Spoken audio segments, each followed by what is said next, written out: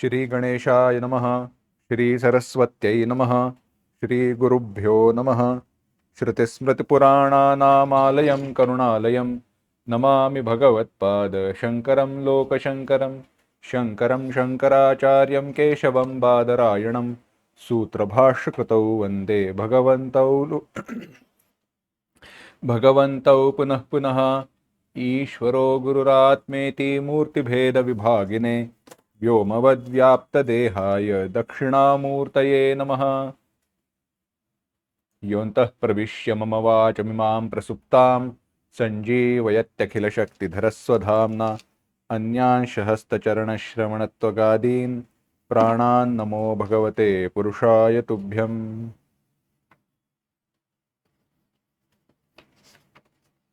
गोस्वामी तुलसीदास जी के रामचरितमानस का हम चिंतन कर रहे हैं।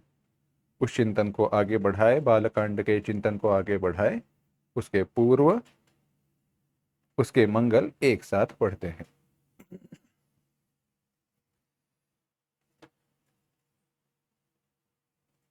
वर्णानामर्थसंघानां रसानां छन्दसामपि मंगलानां च कर्तारौ वन्दे वाणी विनायकौ भवानी शंकरौ वन्दे श्रद्धा विश्वासरूपिणौ याभ्यां विना न पश्यन्ति सिद्धा स्वान्तस्थमीश्वरम् वन्दे बोधमयं नित्यं गुरुं शङ्कररूपिणं यमाश्रितो हि वक्रोऽपि चन्द्रः सर्वत्र वन्द्यते सीतारामगुणग्राम पुण्यारण्यविहारिणौ वन्दे विशुद्धविज्ञानौ कवीश्वरकपीश्वरौ उद्भवस्थितिसंहारकारिणीं क्लेशहारिणीं सर्वश्रेयस्करीं सीतां नतोऽहं रामवल्लभाम्। गोस्वामी तुलसीदास जी के चरणों में वंदन। उपस्थित श्रद्धालु श्रोताओं के चरणों में वंदन। और इसी वंदन के साथ आज के चिंतन को आरंभ करते हैं।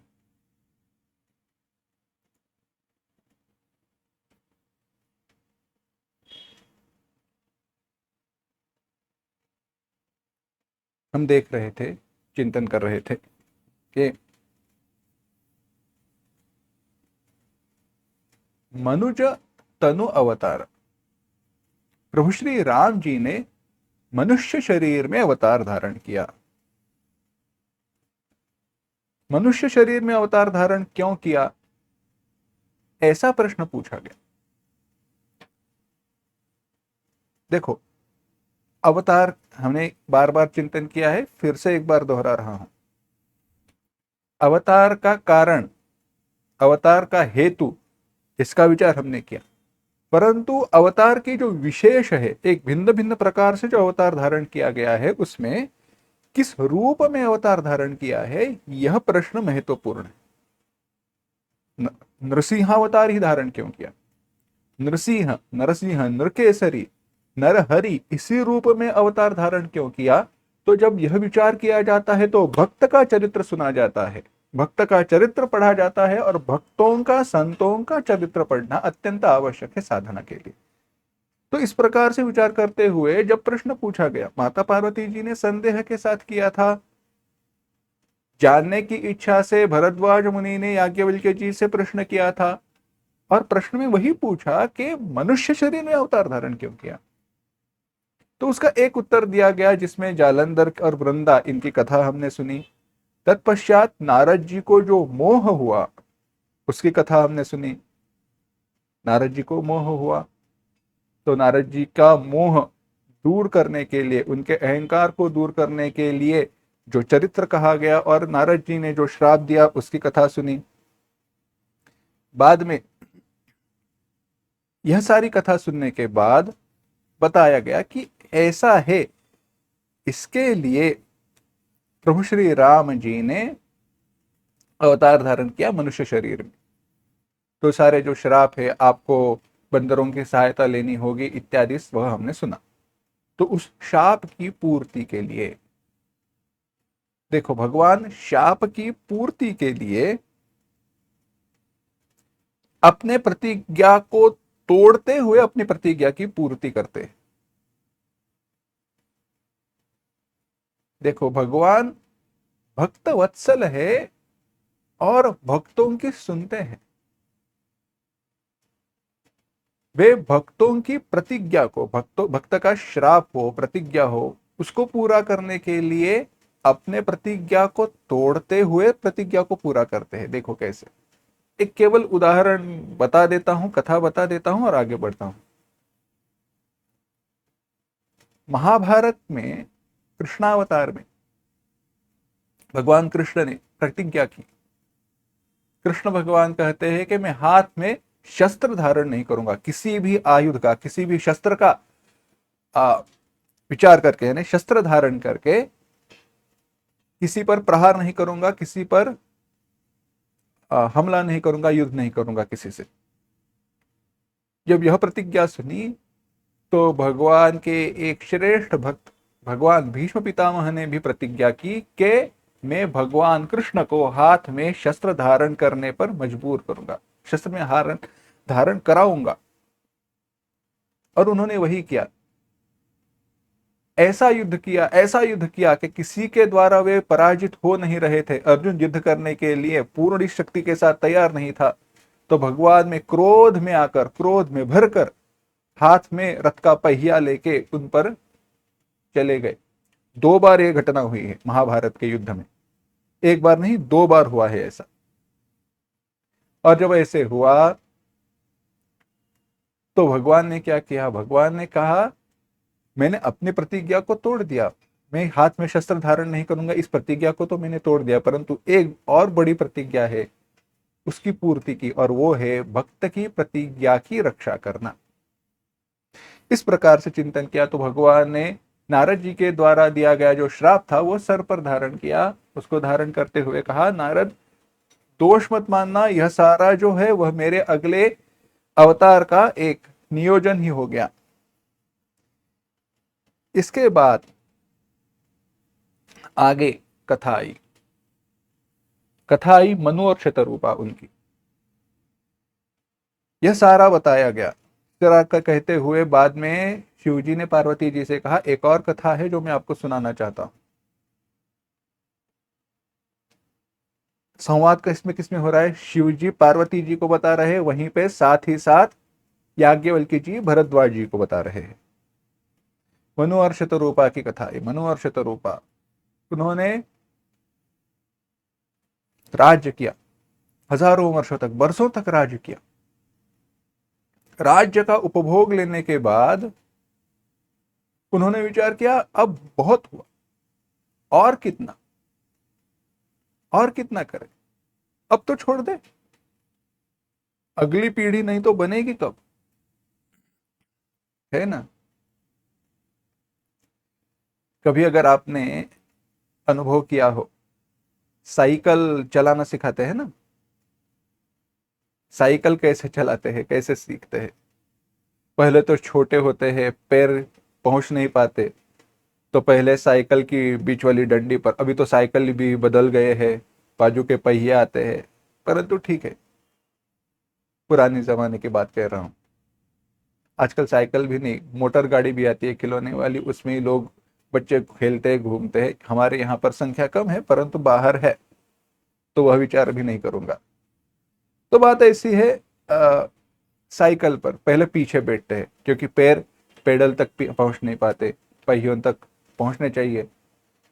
जब थोड़े थोड़े पैर पहुंचने लगते हैं तो पहले तो कोई तो पीछे से पकड़ कर रखता है। अब बड़ा भाई हो, पिताजी हो, जो भी हो, वो साइकिल पर आगे नहीं बैठते, वो पीछे साइकिल को पकड़कर धक्का मारते हैं, और जो साइकिल सीख रहा है उसको बोलते हैं अब पैर मारो, बैठो, और बीच में ऐसे ही छोड़ देते हैं, बीच में छोड़ देते हैं। और ऐसे करते करते गिरते हुए, चोट खाते हुए बच्चा सीख जाता है। इसी प्रकार से आयु में भी, धर्माचरण में भी गृहस्थाश्रम का स्वीकार तब तक करना चाहिए जब तक अगली पीढ़ी तैयार न हो। वही प्रथा है, एक दृष्टि से विचार करें तो सत्य है। जो कार्यशील, कार्यक्षम पीढ़ी है, आयु है, वही कार्य में रहनी चाहिए। ऑफिस में जाए, सारे बूढ़े बैठे हुए हैं, एक काम जो आधे घंटे में हो रहा है उसके लिए 1 घंटा 2 घंटा लग रहा है, काम कैसे होगा जल्दी से? वहां पर कोई युवक हो जो जल्दी से काम कर रहा है तो काम तेजी से होगा ना। तात्पर्य है मनुष्यत रूपा। राजा मनु, स्वयंभू मनु ने विचार किया अब राज्य पुत्र के पास सौंपना चाहिए, और उन्होंने वैसे ही किया और स्वयं तपश्चर्या के लिए चले गए। उनका तपाचरण भी अद्भुत था। कई वर्षों तक वे केवल फल, मूल, पत्ते ऐसे ही खाकर उन्होंने तपश्चर्या की। बाद में फल, मूल इस सबका त्याग करके केवल जल के आधार पर रहने लगे। जल का आहार किया, बस पानी पियो। पानी पीकर क्या हम रह पाएंगे? बस पानी पीकर रहना है। निर्जला एकादशी रहती है। एकादशी, आजकल एकादशी तिथि को, एकादश को भी लोग खाकर उपवास करते हैं। क्यों? क्योंकि जो वस्तुएं खानी नहीं चाहिए, जिन वस्तुओं का भोजन नहीं करना चाहिए, उनमें जो वस्तुएं आती नहीं उनका आहार करे तो चल जाएगा। अस्तु, काल बदल गया है, सह नहीं पाता शरीर, ठीक है, थोड़ा तो खाना होना चाहिए, परंतु वास्तव में कोई आहार नहीं करना है। एक व्यवस्था है, उसकी एक प्रक्रिया है, एक उपचार है, परंतु उसके साथ ऐसे करते करते एकादशी है उसको अनशन है, खाना नहीं खाना चाहिए। द्वादशी को उसका उपसंहार है, तब खाना खाना है, सारी व्यवस्था है। तो एक दिन भी हमारे द्वारा केवल पानी पीकर रहा नहीं जाता। राजा मनु ने कई वर्षों तक, कई वर्ष, बरस माने 1 2 4 साल नहीं, हजारों वर्षों तक केवल पानी पीकर तपश्चर्या की, केवल जल के आधार पर रहने लगे। बाद में उन्होंने 6000 वर्षों तक, पानी पीकर 6000 वर्षों तक तपाचरण किया। फिर 7000 वर्ष तक केवल वायु के आधार पर रहे, केवल वायु के आधार पर। 10,000 वर्षों तक उन्होंने वायु का आधार लिया और तत्पश्चात उन्होंने वायु का भी आधार छोड़ दिया। ऐसे तपश्चर्या को देखकर ब्रह्मा, विष्णु और महेश सगुण रूप में वहां पर प्रकट हुए। यहां पर जो वर्णन किया है ना, एक बार ध्यान देना। एक काम करते हैं, 144वां जो दोहा है ना, उससे आगे पढ़ते हैं। एहि विधि बीते बरस शट सहस बारि आहार, संबत 7 सहस्र पुनि रहे समीर आधार। सियावर रामचंद्र की जय।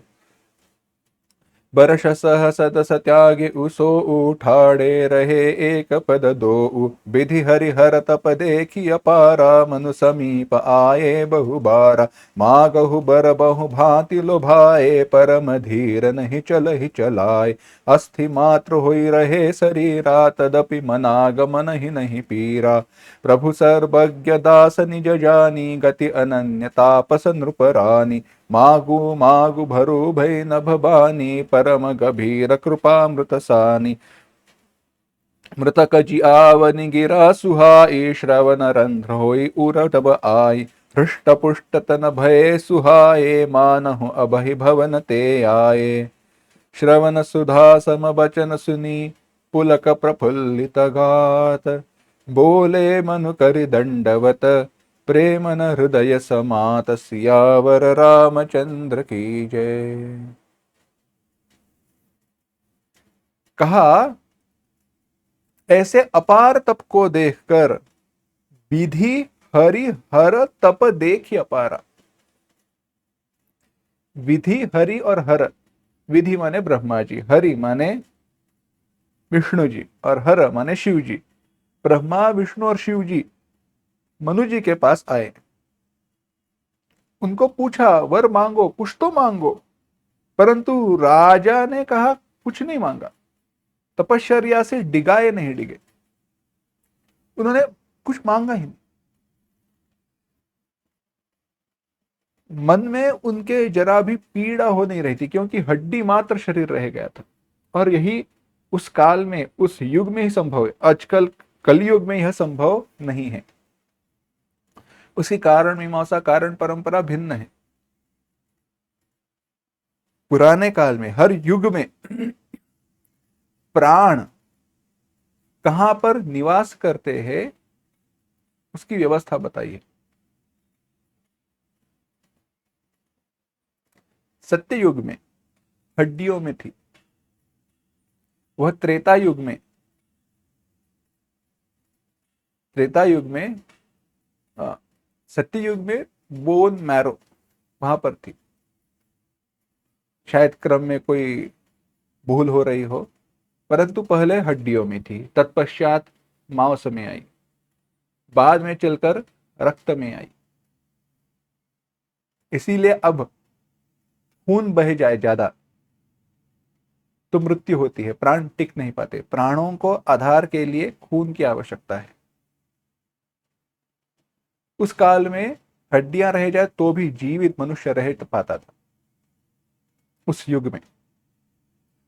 तो शरीर हड्डी मात्र रह गया था, परंतु फिर भी जो तपश्चर्या से जरा भी डिगे नहीं। तब आगे जो वर्णन आया है, जहां पर मैं आपका ध्यान बटोरना चाहता हूं, ध्यान खींचना चाहता हूं, वो यह है, प्रभु सर्वज्ञ दास निज जानी। सर्वज्ञ प्रभु ने अपने दास इस रूप में जानकर गति अनन्यता पसंद परानी, मागु मागु भरु भय न भबान। परम गंभीर कृपा रूपी अमृत सी बानी हुई, वर मांगो वर मांगो। तो यह संदर्भ क्या है, ध्यान दे। तो पहले तो कहा कि ब्रह्मा जी, विष्णु जी, महेश जी, ब्रह्मा विष्णु महेश तीनों आ रहे थे। और यहां पे कहा है प्रभु सर्वज्ञ दास निजबान। तो सर्वज्ञ प्रभु ये कौन है? हम तो कहते हैं विष्णु जी के अवतार हैं, महाविष्णु जी के अवतार प्रभु श्री राम जी है। और यहाँ पर तीनों आ रहे हैं, तीनों ब्रह्मा जी, विष्णु जी, महेश जी, उनके पास ध्यान भी नहीं दिया। तो यह क्या है? बस कुछ नहीं, निर्गुण और सगुण यही भेद है, और कुछ नहीं। बस कोई देवता अलग ऐसे नहीं है। वही परमेश्वर परमात्मा जब सगुण रूप में प्रकट हो जाते हैं, तो इन रूपों में ब्रह्मा जी, विष्णु जी, महेश जी, इन तीनों रूपों में प्रकट होते हैं।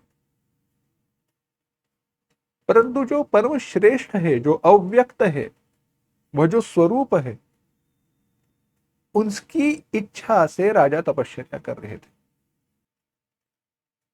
राजा ने जब वह वाणी सुनी तो परिणाम ऐसे हुआ, भगवान की वाणी है, ईश्वरीय वाणी है। जैसे ही सुनी, उनके शरीर पूर्ववत जैसे हट्टे कट्टे थे वैसे हो गए, हृष्ट पुष्ट हो गए, मानो इतने सालों से तपश्चर्या ही करना रहे हो। शरीर वैसे हुआ। और बाद में राजा ने इच्छा प्रकट की, अगर आप मुझे कुछ देना चाहते हैं, अगर आप मुझे कुछ देना चाहते हैं तो बस एक ही करना, मुझे आप जैसे पुत्र की प्राप्ति कराना, आप जैसा पुत्र हो। अब आप जैसा पुत्र हो, भगवान ने कहा तथास्तु। अरे तथास्तु कह दिया, परंतु भगवान जैसा है कौन? परमेश्वर परमात्मा जैसा दूसरा है कौन? है नहीं। एकमेवा द्वितीय, एक है, वही है और अद्वितीय है, उनके जैसा दूसरा कोई नहीं। सर्वत्र वही है, केवल वही है, और कहां पे है? तो भगवान ने सोचा, अरे बाप, गड़बड़ हो गई। वर मांगा, आपके जैसा पुत्र हो, परंतु अब करे तो क्या करे?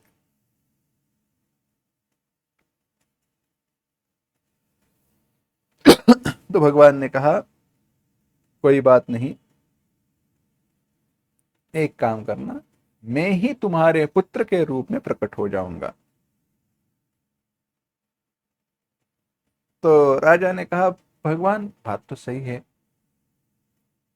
आप मेरे पुत्र के रूप में आओगे, हैं?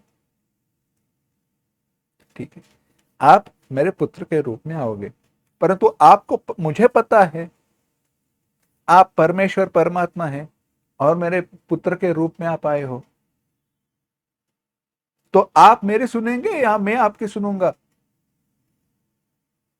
पिता को पुत्र की बात सुननी चाहिए या पुत्र को पिता की बात सुननी चाहिए, है ना? हो गई ना गड़बड़। भगवान अब कैसे करे?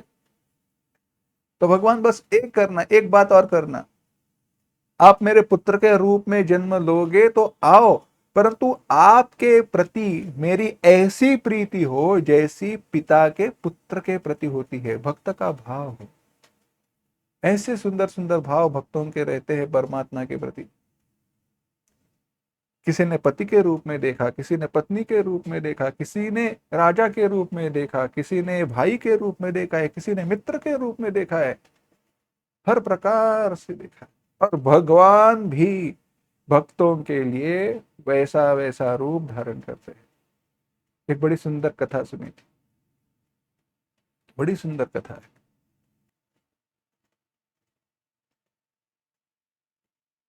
एक महात्मा थे, प्रभु श्री राम जी के भक्त थे, मास्टर भी थे।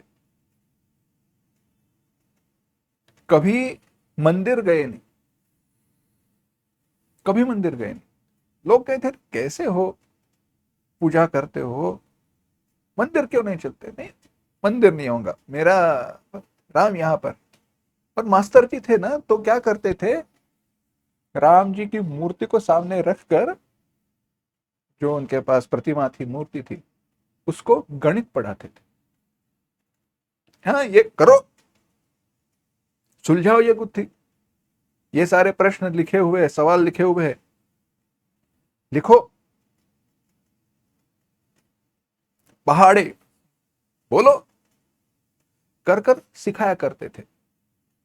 विचित्र भाव था, परंतु था। कई दिनों तक, कई सालों तक ऐसे चलते रहा।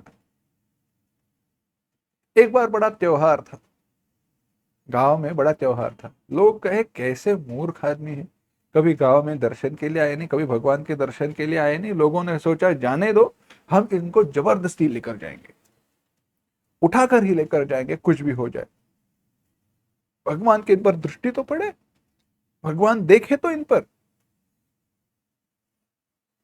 लोग आए, गांव के 4-5 लोग, चलो हम आपको मंदिर लेके जाने के लिए आए हैं। उन्होंने कहा मैं मंदिर नहीं आना चाहता हूँ, मेरे राम जी यहाँ पर है, मेरा राम यहाँ पर है। कहा नहीं, हम आपको, आपकी एक नहीं सुनेंगे, आपको लेकर ही जाएंगे। उनको जबरदस्ती उठाया और लेकर जाने लगे। जैसे ही लेकर जाने लगे तो उन्होंने चिल्लाकर कहा, राम अब तुम ही संभाल ले, भगवान अब तुम ही संभाल लेना, मर्यादा को आप ही पाल लेना, आप मर्यादा पुरुषोत्तम है, आप ही संभालो। लोगों ने उनको उठाया, जबरदस्ती लेकर मंदिर में गए। मंदिर में सीता मैया, प्रभु श्री राम जी की बड़ी सुंदर मूर्ति थी। लोगों ने उनको जैसे ही प्रभु श्री राम जी और सीता मैया के मूर्ति के सामने रखा, उपस्थित सारे लोगों ने देखा कि सीता मैया के सर पे जो घूंघट था वो नीचे आ गया और उनका माथा नीचे झुक गया। अपने पति के मास्टर जी आए ना, गुरु जी आए हैं, तो सर ऊपर करके कैसे बैठे? तब से किसी ने भी उनसे कुछ कहा नहीं, कोई दुख पहुंचाया नहीं। भाव है, नहीं भगवान मेरे शिष्य है, भगवान को मैं सारे गणित सिखाऊं, गणित पढ़ाऊंगा, परंतु उससे एक होना चाहिए, उस भाव से ऐसे एक निष्ठ रहना चाहिए, एक होना चाहिए कि बस वही है मेरा नाता भगवान से। कभी ऐसा कभी वैसा ऐसे नहीं, एक निष्ठ भाव, अनन्यता होनी चाहिए।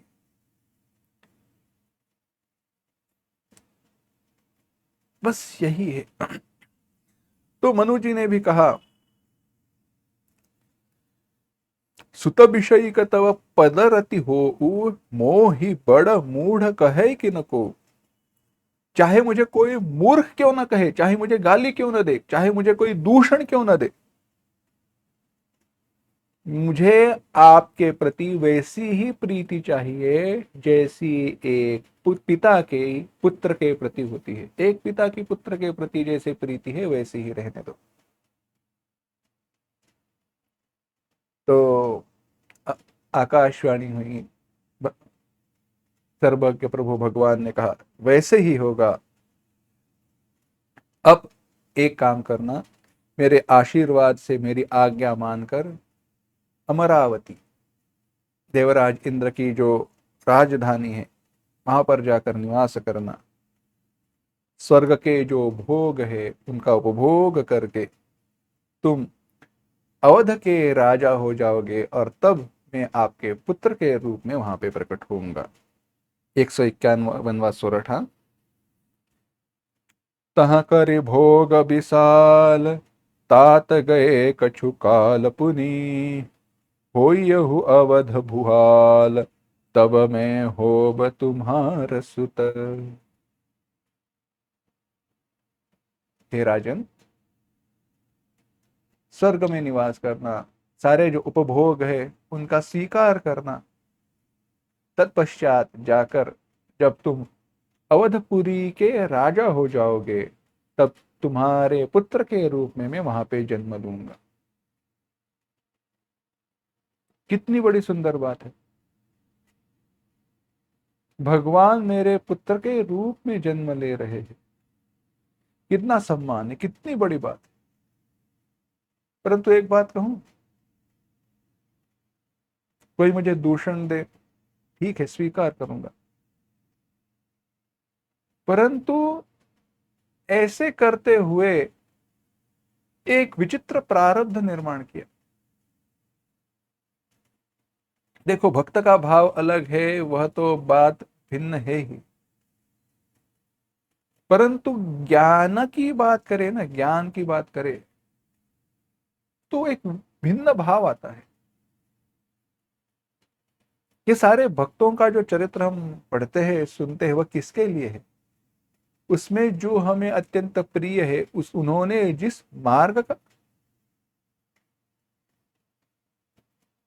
जो हमें प्रिय है, उन्होंने जिस मार्ग का अवलंब किया है, उसी मार्ग का हमें भी अवलंब करना है। इसलिए सुनो,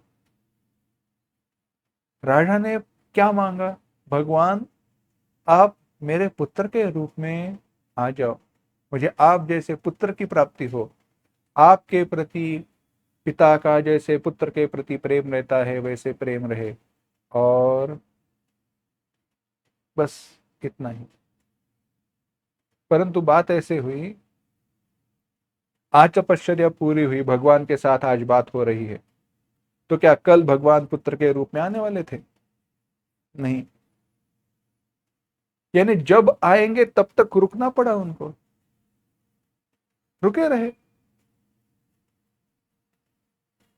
स्वर्ग में जाकर रुकना पड़ा। और यहां पर एक दुख की बात ऐसी है, जिनको वैराग्य निर्माण हुआ है ना, जिनके हृदय में वैराग्य है, उनको अगर सुख दिया जाए और जो चाहते हैं वो न दिया जाए, तो उनको और दुख होता है। देखो, कहीं गोपियों को, कई भक्तों को, उनको अच्छा अच्छा भोजन खिलाया जाए, नहीं, ये नहीं चाहिए, भगवान किधर है, भगवान चाहिए, भक्त का भगवत दर्शन का वही इच्छा है बस। तो सारे सुख जहर के समान लगते हैं। तो अब जब तक भगवान मेरे पुत्र के रूप में आएंगे नहीं, यानी जब अयोध्या के राजा के रूप में मेरा जन्म होगा नहीं, तब तक सुख का उपभोग करते रहो। परंतु क्या वह सुख हो जाएगा? नहीं, परंतु जिसके हृदय में वैराग्य है, परिपूर्ण वैराग्य, उसके लिए हो जाएगा। जो वैराग्य के मार्ग पर चल रहा है उसके लिए दुख है। अस्तु। परंतु अभी ये विचार करते हैं तो एक और बात देखो, पूछा गया, एक बार चर्चा हो रही थी तो पूछा, अगर ऐसा स्वर्ग प्राप्त हो, भगवान तो मिलेंगे, परंतु जब मिलेंगे तब तक स्वर्ग में अटके रहे ना, जहां पर जिन उपभोगों की, जिस सुख की इच्छा नहीं है, उस सुख के साथ हमें जीना पड़ रहा है। तो क्या यह पुण्य का फल है या पाप का फल है? प्रश्न ध्यान में आया? मैंने तपस्या की, भगवान की प्राप्ति हुई, भगवान से वर मांगा, भगवान आप मेरे पुत्र के रूप में प्रकट हो जाओ। भगवान ने कहा तथास्तु, परंतु कहा आज नहीं, अगली बार जब ऐसा ऐसा तुम्हारा जन्म होगा तब मैं तुम्हारे पुत्र के रूप में आऊंगा, तब तक स्वर्ग में जाकर रहना। अब यह पुण्य का फल है या पाप का फल है? क्योंकि भगवान की प्रतीक्षा करते हुए स्वर्ग में रहना है। हमें तो लगेगा पुण्य अच्छे है, खाओ पियो मजे करो, जब भगवान आएंगे तब देख ले लेंगे। आने ही वाले हैं, जाएंगे कहां पे? कोई कहेगा अरे नहीं नहीं नहीं, सब कुछ हो गया है और अभी वो मैच्योरिटी के लिए रुकना पड़ेगा। मैच्योरिटी माने पॉलिसी की मैच्योरिटी रहती है ना, वैसे भगवान आएंगे तब तक रुके रहेंगे, स्वर्ग के उपभोगों को क्या लेकर करना है, तब तक ऐसे ही रहो, शरीर में रहो। कोई कहेगा नहीं नहीं, पाप का परिणाम है, कोई कहे पुण्य का परिणाम है, कोई कहे पाप का परिणाम है। भक्त से कहो तो वो कहेगा न पुण्य का परिणाम है न पाप का परिणाम है, यह तो भगवान का दिया हुआ प्रसाद है। बस यही बात है। 151वां जो सोरठा है, उसके आगे को, उसके आगे जो चौपाई आए हैं दोहा आए हैं, उनको पढ़ते हैं।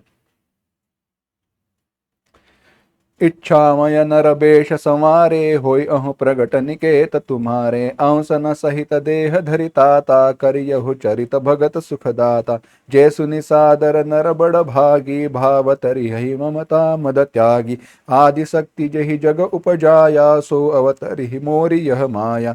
पुर उब में अभिलाष तुम्हारा, सत्य सत्यपन सत्य हमारा। पुनि पुनि अस कहि कृपा निधाना, अंतरधान भये भगवाना। दंपति कुरदरि भगत कृपाला, तेहि आश्रम निवसे कछुकाला। समय पाई तनु तज अनयासा, जाइकी न अमरावती बासा। यह इतिहास पुनीत अति, पुमहि कही वृषकेतु। भरद्वाज सुनु अपर पुनि, राम जन्म कर हेतु। सियावर रामचंद्र की जय।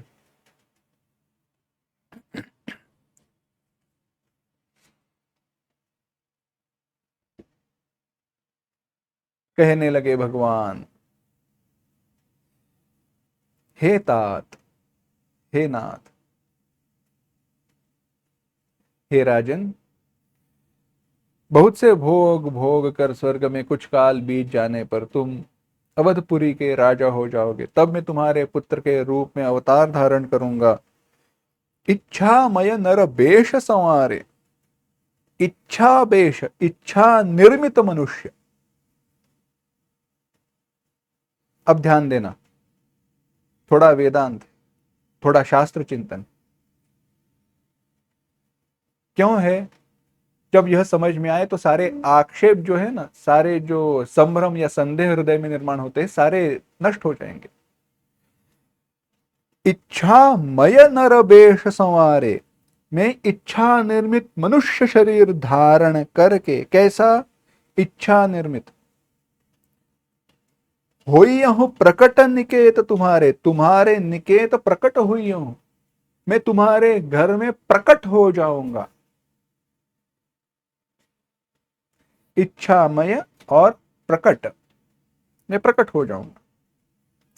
अंसन सहित देह धरिताता, मैं अपने अंसन सहित, मैं अपने अंशों के सहित देह धारण करूंगा।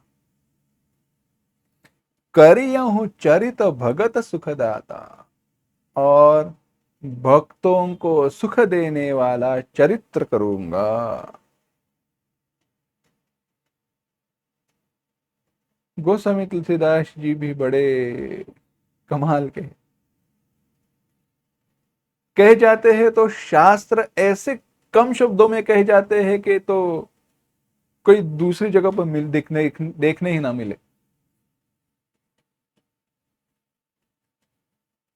कह रहे हैं इच्छा इच्छामय नर वेश समारे। किसी ने कहा मैं तुम्हारे पुत्र के रूप में आ जाऊंगा। तो हमारा शरीर कैसे है? क्या इच्छामय शरीर है? नहीं, हड्डी मांस इसका बना हुआ है ना। हड्डियां हैं, मांस है, खून है, पसीना है, कितनी सारी बातें हैं। मज्जा, अस्थि, मांस, ग्रंथि, शालिन्या, कितना बहुत सारी बातें हैं। मज्जा, अस्थि, मेद, पल, रक्त, चर्म, त्वक, इतनी सारी बातें हैं। परंतु भगवान का शरीर वैसे नहीं है। भगवान कहते हैं ऐसा मेरा शरीर रहेगा नहीं। हाँ, दिखेगा तो वैसे ही, हड्डी है, मांस है, खून है, सब कुछ वैसे ही दिखेगा, परंतु मेरा शरीर वैसे नहीं होगा। अरे भगवान का शरीर है। भगवान ने कहा मैं कैसे शरीर धारण करूंगा? इच्छा निर्मित नरवेश। इच्छा निर्मित, एक इच्छा के द्वारा कल्पित निर्मित जो शरीर रहेगा वैसे रहेगा। इसीलिए साक्षात चैतन्य विग्रह, माया का स्पर्श न होते हुए जब चैतन्य एक कोई आकार धारण करे तो जैसे होगा वैसा है, बस।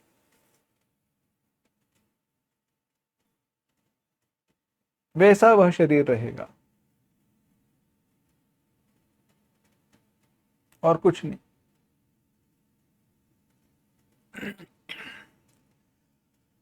होई हूं प्रकट निखेत तुम्हारे, और कहा मैं तुम्हारे घर जन्म लूंगा नहीं, प्रकट हो जाऊंगा, अयोनि संभव।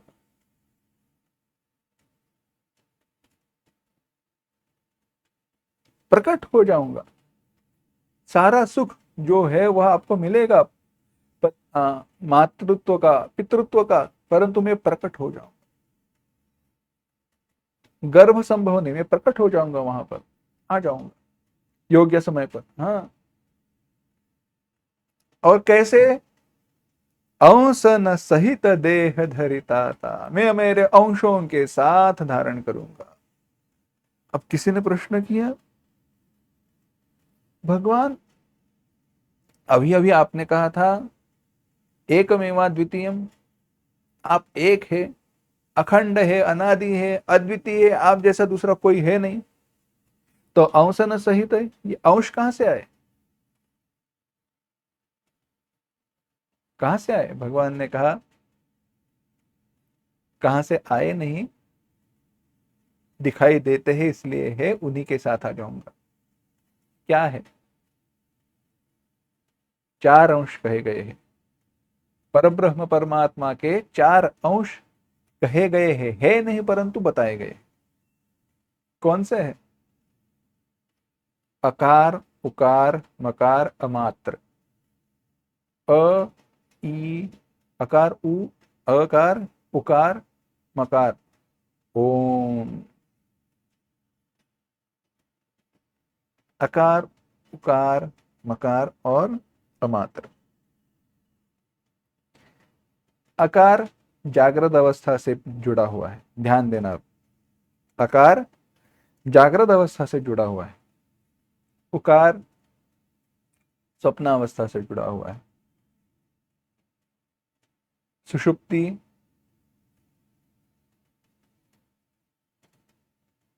मकार सुषुप्ति से जुड़ा हुआ है, और अमात्र तुरीयावस्था है, स्वरूपावस्था है। कहा भगवान ने, श्री रामोत्तर तापनीय उपनिषद में इसका संदर्भ आता है, विश्लेषण उसमें विस्तार से है, यहां पर विस्तार नहीं करूंगा। भगवान ने कहा यह चार मेरे अंश है, अनुभव आते हैं इसलिए चार है, नहीं तो मैं एक ही हूं। तो अब क्या है, कहा बस आकार की मात्रा है, उकार की है, मकार की है, अमात्र है, एक जागृत है, स्वप्न है, सुषुप्ति है और अमात्र तुरीय है। और भाई कितने हैं, चार भाई है, राम, लक्ष्मण, भरत और शत्रुघ्न। उसमें कहा अब जागृत अवस्था अभिमानी है ना, जागृत अवस्था से जुड़े हुए कौन है, कहा लक्ष्मण जी। स्वप्नावस्था से जुड़े हुए कौन है, कहा शत्रुघ्न जी। सुषुप्त अवस्था से जुड़े हुए कौन है, तो कहा भरत जी है। और अमात्र कौन है, स्वयं प्रभु श्री राम जी है। ऐसे क्यों, जागृत अवस्था, स्वप्नावस्था, सुषुप्त अवस्था, तुरीय अवस्था समाधि यानी जहां पर कोई नहीं है, कुछ नहीं, केवल ब्रह्म है। अमात्र अवस्था से प्रभु श्री राम जी स्वयं है, सुषुप्त अवस्था से भरत जी है, स्वप्नावस्था से शत्रुघ्न जी है और जागृत अवस्था से लक्ष्मण जी जुड़े हुए। ऐसी ही व्यवस्था क्यों, तो कहा गया दिखने में, दिखाई देने में सुषुप्त अवस्था यानी ऐसी गहरी नींद जहां पर कोई अनुभव नहीं है, वह सुषुप्त अवस्था। और तुरीय अवस्था ब्रह्म स्वरूप से एक हो जाने की जो अवस्था है, उसमें कोई भेद नहीं। पर ब्रह्म परमात्मा से हम एक हो जाए तो वहां पर जो अनुभव है वैसे ही सुषुप्त अवस्था में है। भेद बस इतना ही है, एक जगह पर अज्ञान है, एक जगह पर अज्ञान का स्पर्श भी नहीं है। तुरीय अवस्था में अज्ञान का स्पर्श भी नहीं है, सुषुप्त अवस्था अज्ञान ही है। तो दिखाई देने में सुषुप्त अवस्था और तुरीय अवस्था एक जैसी है। प्रभु श्री राम जी जैसे दिखाई देने में प्रभु श्री राम जी से कौन है, भरत जी है। भरत जी मानो प्रभु श्री राम जी ही हो ऐसे दिखाई देते। द्विसुत नीलमणि द्विसुत कंचन बरनवा, दो नीले रंग के हैं, दो भाई नीले रंग के और दो भाई स्वर्ण रंग के हैं, सुनहरे रंग के हैं। राम जी और भरत जी एक जैसे दिखाई देते हैं। इसीलिए सुषुप्त्यावस्था और तुरीयावस्था एक जैसी दिखाई देने में है, इसीलिए सुषुप्त्यावस्था के हुए भरत जी और अमात्र के हुए राम जी, वो अंश का विचार या संगति लग गई। जागृत अवस्था और स्वप्नावस्था, सपने में पता ही नहीं चलता जगे हुए है या क्या है, नींद में है। तो स्वप्न और जागृत एक जैसे हुई। लक्ष्मण जी शत्रुघ्न जी दिखाई देने में एक जैसे है। बस इतना ही नहीं, और आगे चलकर चरित्र अगर हम देखें चारों भाइयों का, तो साथ में कौन रहे, चारों भाइयों का चरित्र देखे तो एक जैसे दिखाई देते हुए भी कभी भरत जी और राम जी एक साथ नहीं रहे। साथ में रहे लक्ष्मण जी और राम जी। साथ में रहे कौन, लक्ष्मण जी रहे और राम जी एक साथ रहे। और शत्रुघ्न जी और भरत जी, भरत शत्रुघ्न, राम लक्ष्मण भरत शत्रुघ्न, भरत और शत्रुघ्न एक साथ रहे। तो अब कैसे समझे, तो कहा उसका भी विचार कहा गया। अगर तुरीयावस्था में जाना है, परब्रह्म स्वरूपता की अवस्था प्राप्त करनी है, तो सोकर नहीं प्राप्त होती। सुषुप्त अवस्था से हम कभी भी जाएंगे नहीं। हाँ, सुषुप्त अवस्था में रहते हैं तो ऐसे लगता है, ध्यान के लिए बैठते हैं, नींद आती है, लगता है हम समाधि में पहुंच गए, वैसे नहीं। जागृत अवस्था से ही हम तुरीयावस्था की प्राप्ति करते हैं। तो जागृत अवस्था और तुरीयावस्था एक साथ ही रहते हैं।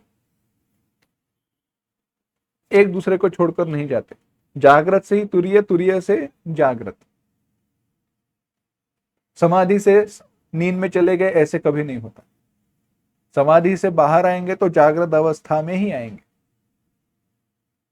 इसीलिए जागृत और तुरीय एक दोनों के साथ रहते हैं हमेशा। इसीलिए लक्ष्मण जी और राम जी भी एक साथ रहे।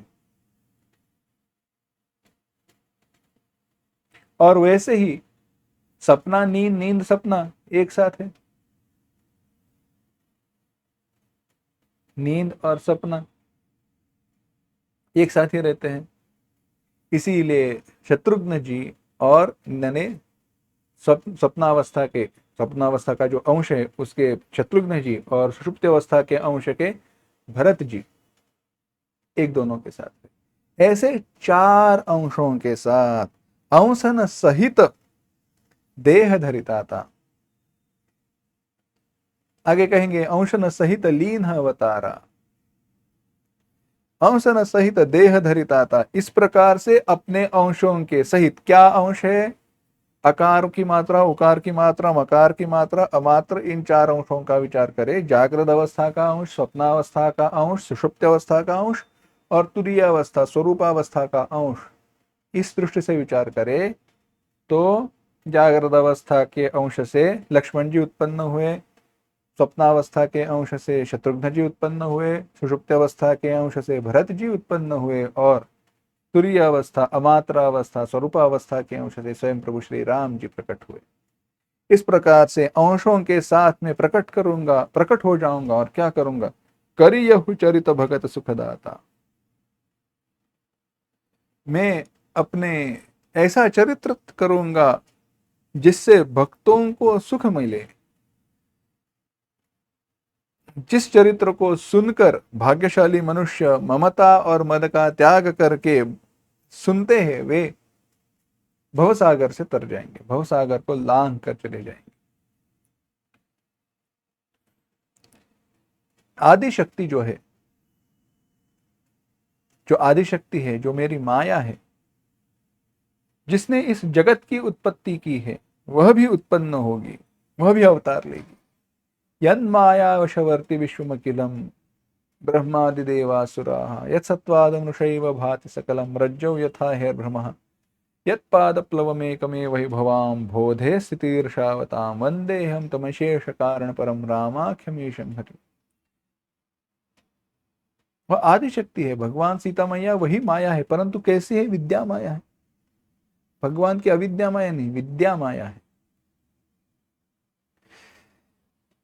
इस प्रकार से मैं तुम्हारी अभिलाषा को, तुम्हारी इच्छा को पूरा करूंगा, यह मेरा प्रण सत्य है। ऐसे कहकर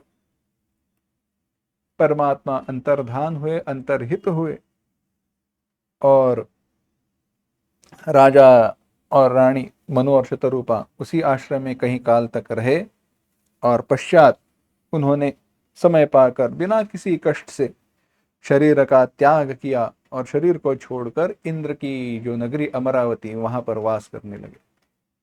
एक संक्षेप में बात कह दूंगा, यह अत्यंत जटिल है, अत्यंत कठिन है, अत्यंत विकट है यह बात। क्या बात कही? समय पाई तनु तजि अनायासा। जिस भक्त को, जिस साधक महात्मा को यह प्राप्त है, वह धन्य है, धन्य है, धन्य है। कहते हैं नींद में ही चल बसे, वैसे होता नहीं है। हमें दिखाई नहीं देता, इसका अर्थ यह नहीं, तात्पर्य यह नहीं। शरीर को छोड़ने वाले जीव को दुख नहीं हुआ है, कष्ट नहीं दिखाई, कष्ट हुए नहीं। सहजता से शरीर छूट जाए,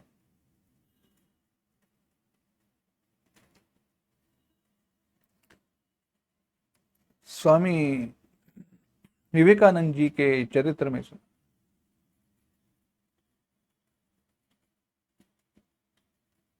उनके चरित्र में कथा आती है, वर्णन आता है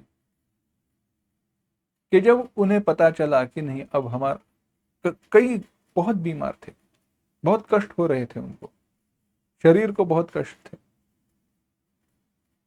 और जब उनको पता चला कि नहीं, अब समय आ गया है हमारे अवतार कार्य की समाप्ति का, जो भी है, पद्मासन में बैठ गए, मुद्रा लगाई, प्राणायाम किया।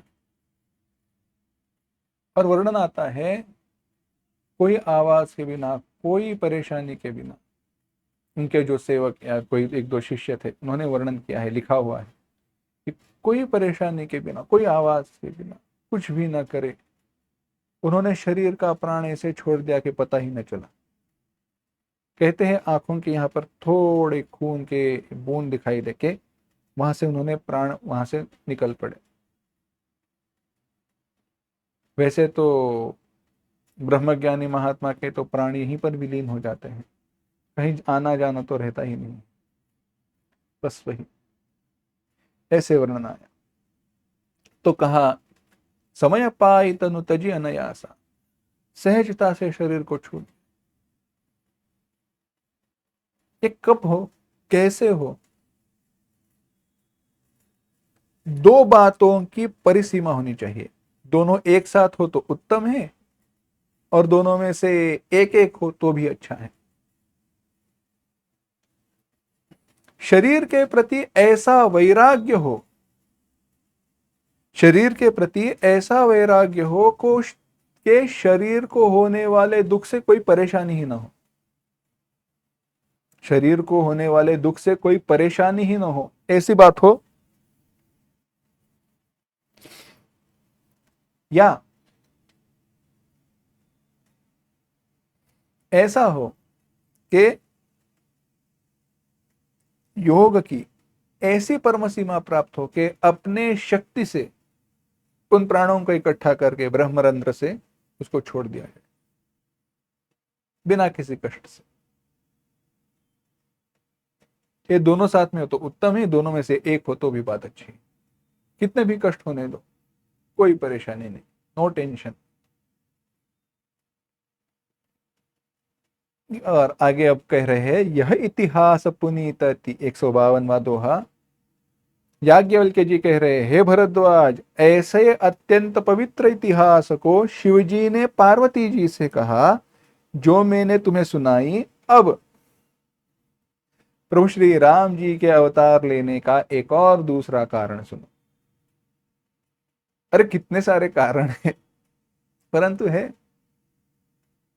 कहे गए तो सुनने होंगे। कहा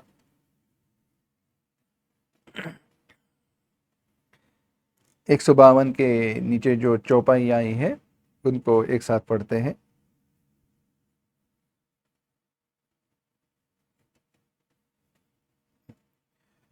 सुनु मुनि कथा पुनीत पुरानी, जो गिरिजा प्रतिशंभु बखानी। विश्व विदित एक कैकय देसु, सत्य केतु तह बसहि नरेसु।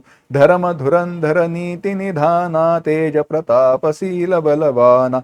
तेहि के भये जुगल सुत बीरा, सब गुण धाम महारन धीरा। राजा धनीज सठ दुख आही, नाम प्रताप भानु सताही। अपर सुत ही अरिमर्दन नामा, भुजबल अतुल अचल सरस। भुजबल अतुल अचल संग्रामा। भाई परम समीति, सकल दोष छल बर जिति प्रीति।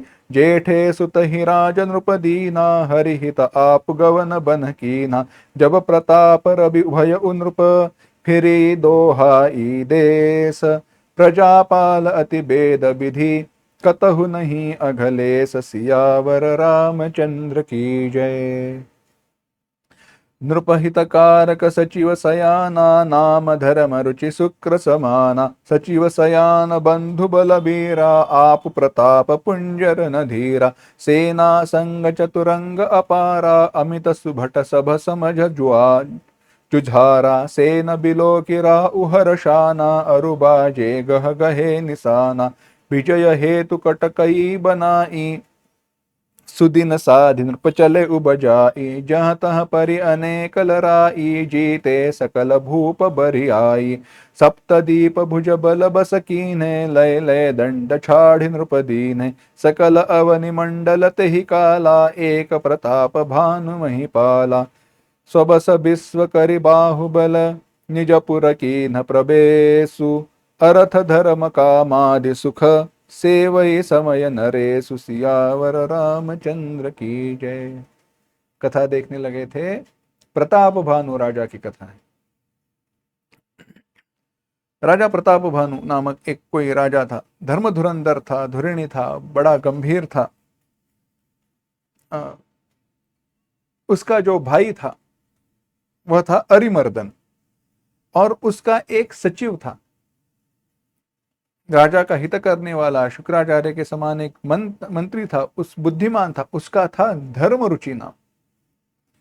राजा स्वयं बलवान था, भाई वीर था, बुद्धिमान मंत्री था, तो कम क्या है। उन्होंने दिग्विजय के लिए सेना इकट्ठा की, राजाओं पर विजय प्राप्त किया और धर्म का राज्य प्रस्थापित किया। सब जगह पर धर्म का राज्य प्रस्थापित किया। सातों जो भूमंडल थे उनको एक किया। सप्तद्वीपा वसुंधरा, सात जो भूमि खंड है उनको अपने वश में कर लिया, और पृथ्वी मंडल पर प्रताप भानु एक चक्रवर्ती राजा हुए।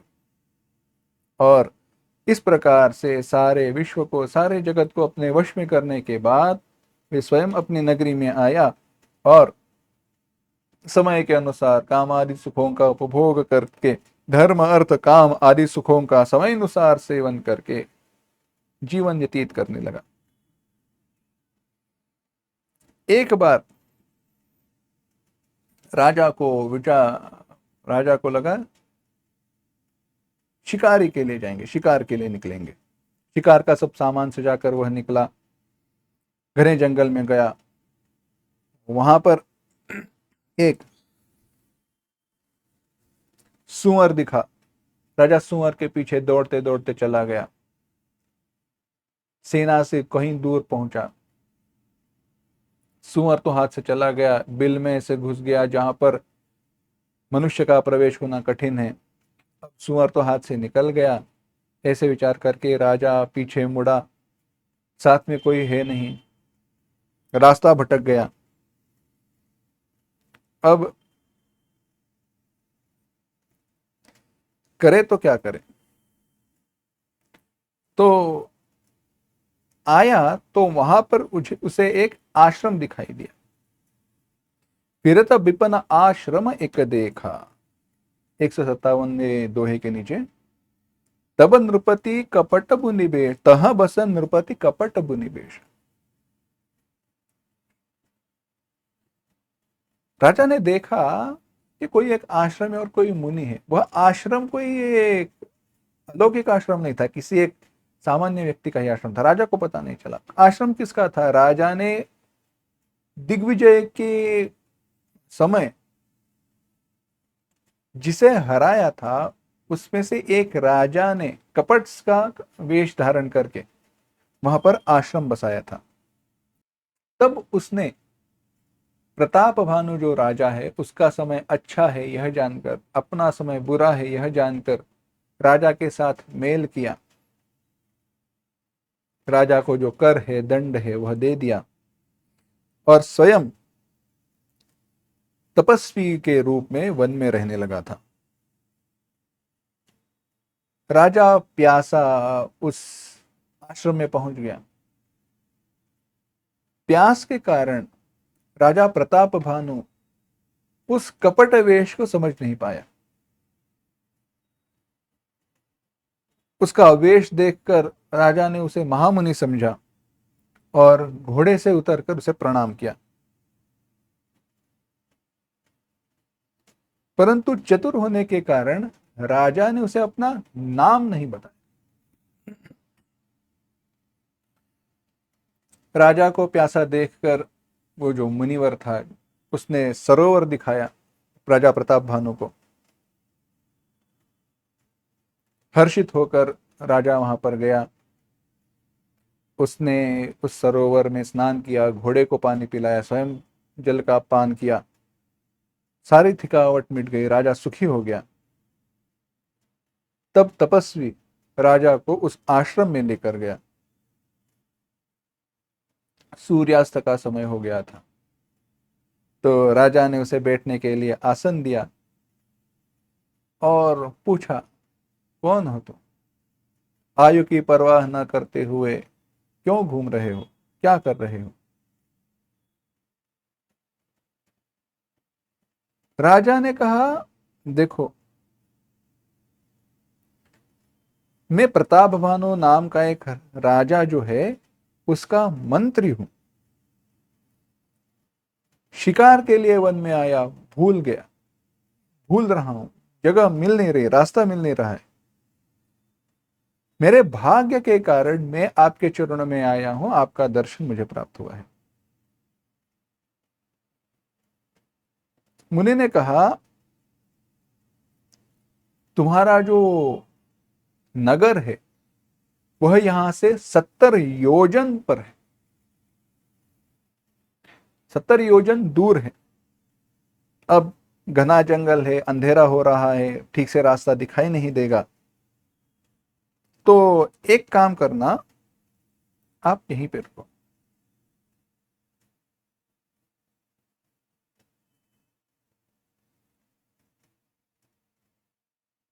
तुलसी जसी भव तब्यता, तैसी मिल सहाय, आपुनु आवहि ताहि पही, ताहि तहां ले जाए। गोस्वामी तुलसीदास जी कह रहे हैं, जैसे होनी होती है ना, जैसे भवितव्यता होती है, जैसी भवतव्यता, भवतव्यता जैसे होने वाला है, तैसी मिलई सहाय, वैसी ही सहायता मिलती है। जैसे होने वाली रहती है वैसी ही सहायता मिलती है। आपनु आवईता ही, या तो वह स्वयं चलकर आपके पास आती है या आप वहां तक लिए जाते हो। भले ही नाथ आय सुधरि सीसा।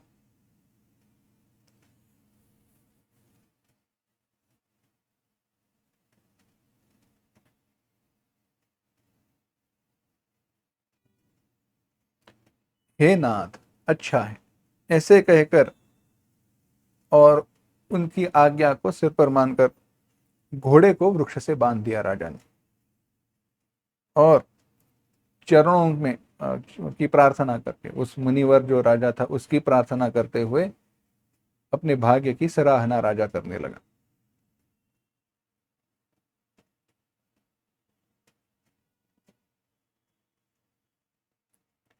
फिर कोमल वाणी से पूछा, हे प्रभु, आपको पिता जानकर मैं ढिठाई करता हूं। हे मुनीश्वर, मुझे अपना पुत्र और सेवक जानकर अपना धाम विस्तार से बताइए।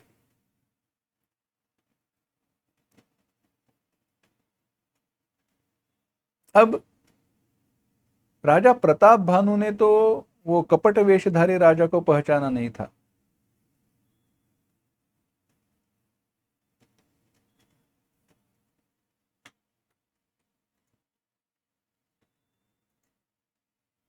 तेहि न जान नृप नृप ही सो जाना, भूप हृदय सो कपट सयान।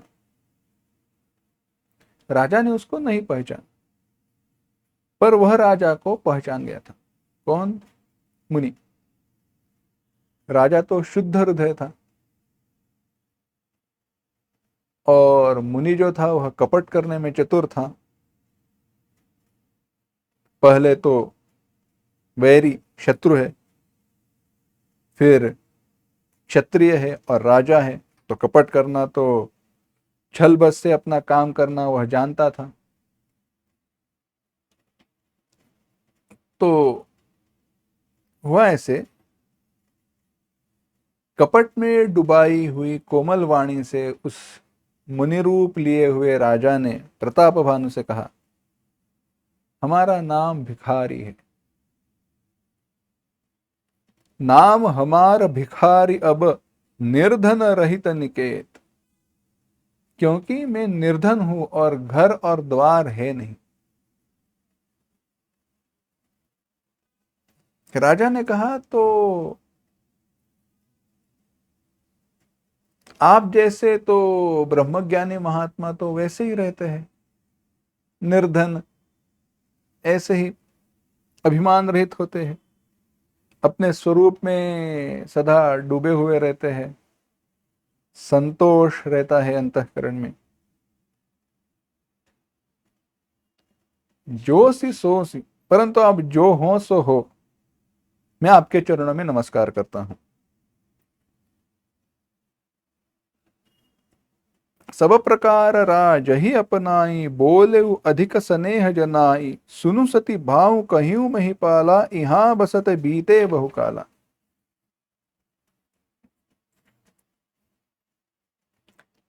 अब आगे और वह कपटी राजा जो है वह और कहने लगा, हे राजन, सुनो, मैं तुमसे सत्य कहता हूं, मुझे यहां रहते हुए कई समय बीत गया है। मैं ना किसी से मिलता हूं, ना मुझे कोई मिलने के लिए आता है, ना मैं किसी पर प्रकट करता हूं, किसी के सामने प्रकट होता हूं,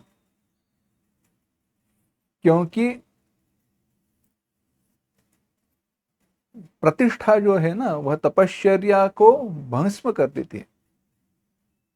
प्रसिद्धि मिल जाए तो तपश्चर्या रूपी जो वन है वह जलकर भस्म हो जाता है, चला जाता है। इसीलिए मैं लोगों के सामने आना नहीं चाहता हूं। तुलसीदास जी कह रहे हैं 161वें सोरठ में, तुलसी देखी सुभेशु, भूल ही मूढ़ न चतुर नर, सुंदर के किहि पेखु, बचन सुधा सम असन अही। कह रहे, तुलसीदास जी कह रहे, सुंदर वेश को देखकर मूढ़ नहीं, चतुर मनुष्य भी धोखा खा जाते। भूल ही मूढ़ न चतुर नर, मूढ़ ही नहीं, चतुर भी धोखा खा जाता है। सुंदर के की पेखु, सुन मोर को देखो, मोर है ना, कह रहे हैं उसका वचन तो सुंदर है, परंतु उसका आहार क्या है? सांप का है। मोर जो पक्षी है ना वह सांप खाते हैं, सांप खाते हैं, परंतु वाणी कैसी, उनकी बहुत मधुर है। तो कपट इस जगत में छिपा हुआ ही रहता है। तो आगे क्या हुआ? एक राजा कपट कर रहा है, एक राजा शुद्धमती है। इन दोनों में क्या बात हुई, क्या हुआ और किस कारण प्रभु श्री राम जी को अवतार धारण करना पड़ा, यह विचार हमने, यह कथा हमें देखनी है, परंतु वह हम अगली बार देखें। ओम असतो मा सद्गमय, तमसो मा ज्योतिर्गमय, मृत्योर्मा अमृतंगमय। ओम शांति शांति शांति। हरि ओम। श्री गुरुभ्यो नमः। हरि